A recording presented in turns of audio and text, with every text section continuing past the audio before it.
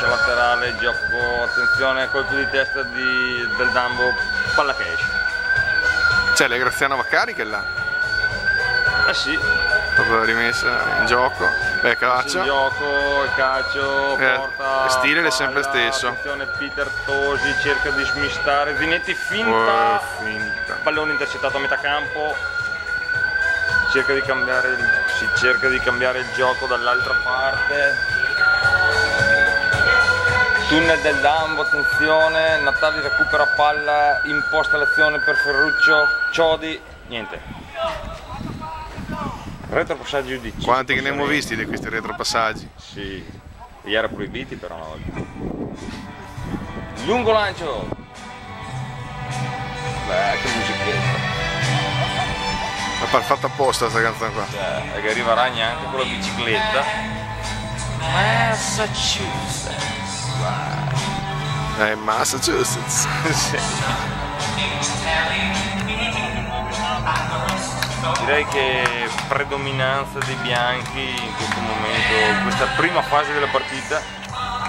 Vaccari porta palla, attenzione, cambia fascia per Cacciolari.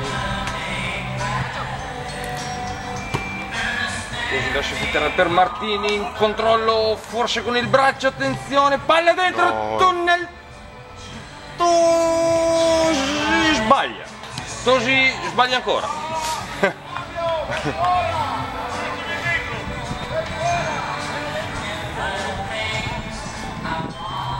Beh, a questo punto possiamo ricordare un aneddoto che ha riguardato Martini, giocatore che oggi veste il numero 7. Ma lasciando la tradizionale casacca numero 10, quando nei giovanissimi contro l'Ostiglia, allora secondo in classifica, in un amichevole una domenica mattina molto nebbiosa, sul campo dell'Ostiglia segnò ben 12 gol. No, il 12esimo lo segnò poco dopo aver risposto al padre che dagli spalti diceva: Michele, a te che male un zenoccio, ven fora. E con nonchalance il buon Bomber disse: papà, fu l'ultimo e vengo fuori. E così fece. Ecco un compagno di squadra di quella formazione, Cacciolari, che passa a Vaccari, lungo lancio, che a quei tempi militava nell'Under.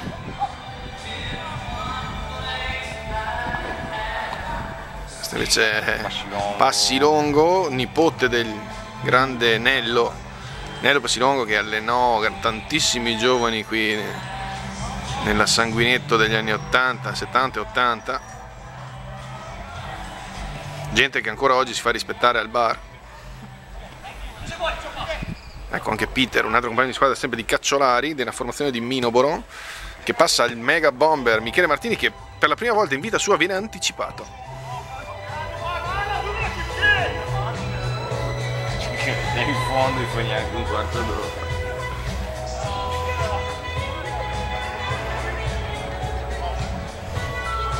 Il pubblico non è proprio delle grandi occasioni, ma qualificato.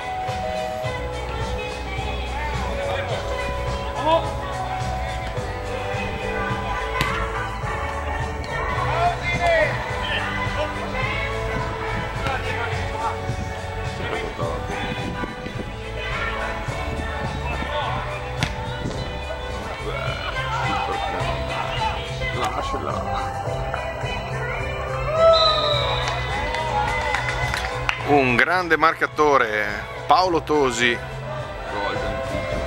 che ha segnato grandi vittorie per l'Under di Sanguinetto, dedica a un pubblico che non esiste questo splendido gol, beffando il portiere esperto Battistella, un veterano del Bar Giardini.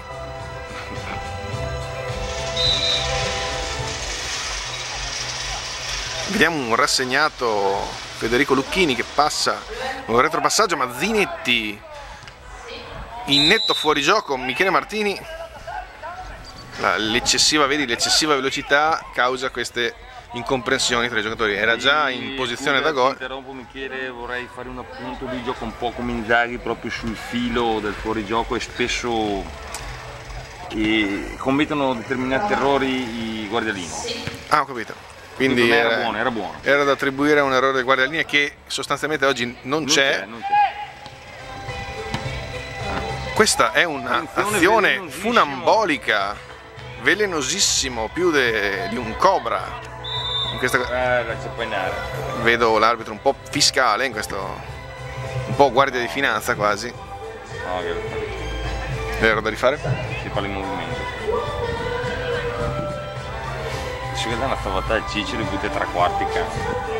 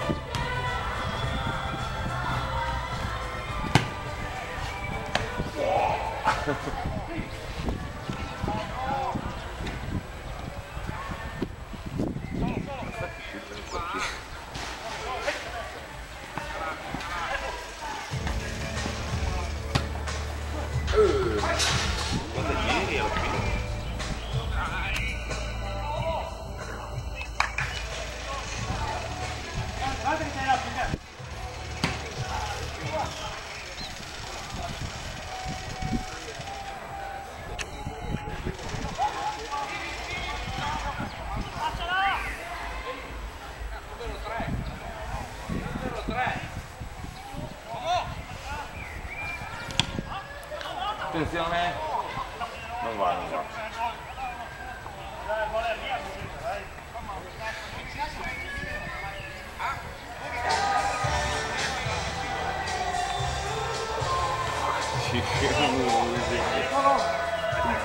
Anche la musica degli anni 80 proprio a celebrare questo revival. La partita del cuore.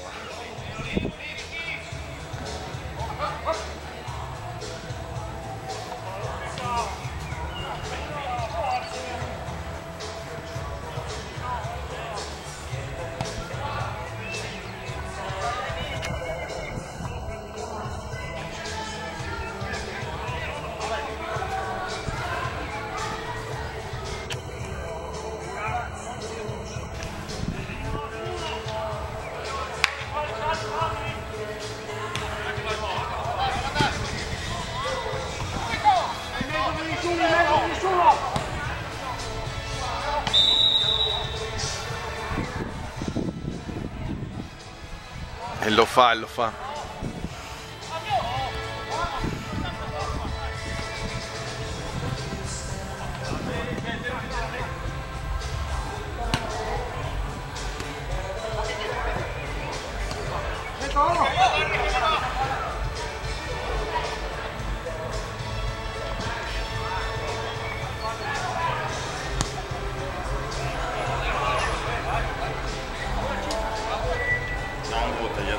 Gioco in questo frangente di partita potrebbe essere l'uomo in più per i bianchi.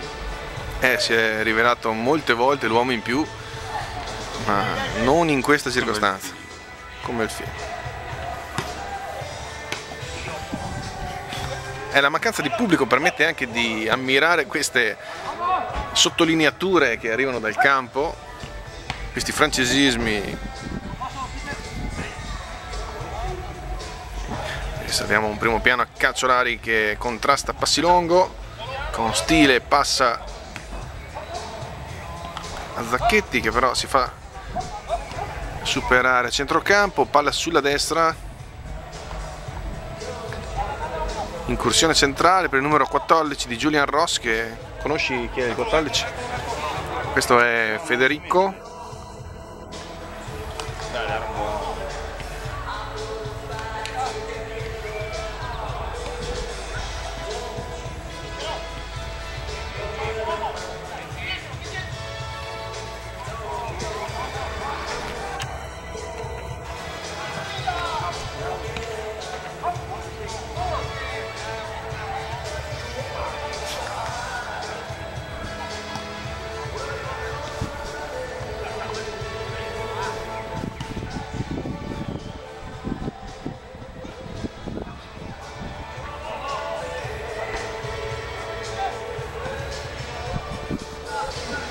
Meraviglioso lancio di esterno destro che non è baciato dalla fortuna.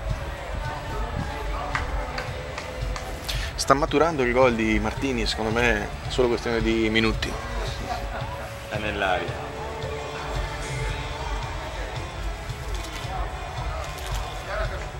Guarda che sombrero.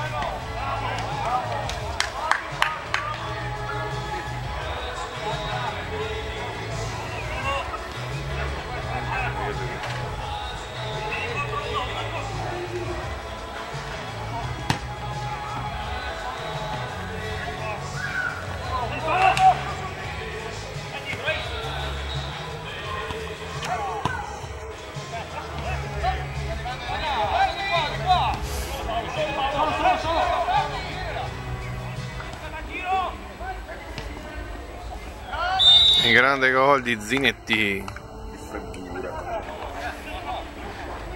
È il trio delle meraviglie questo.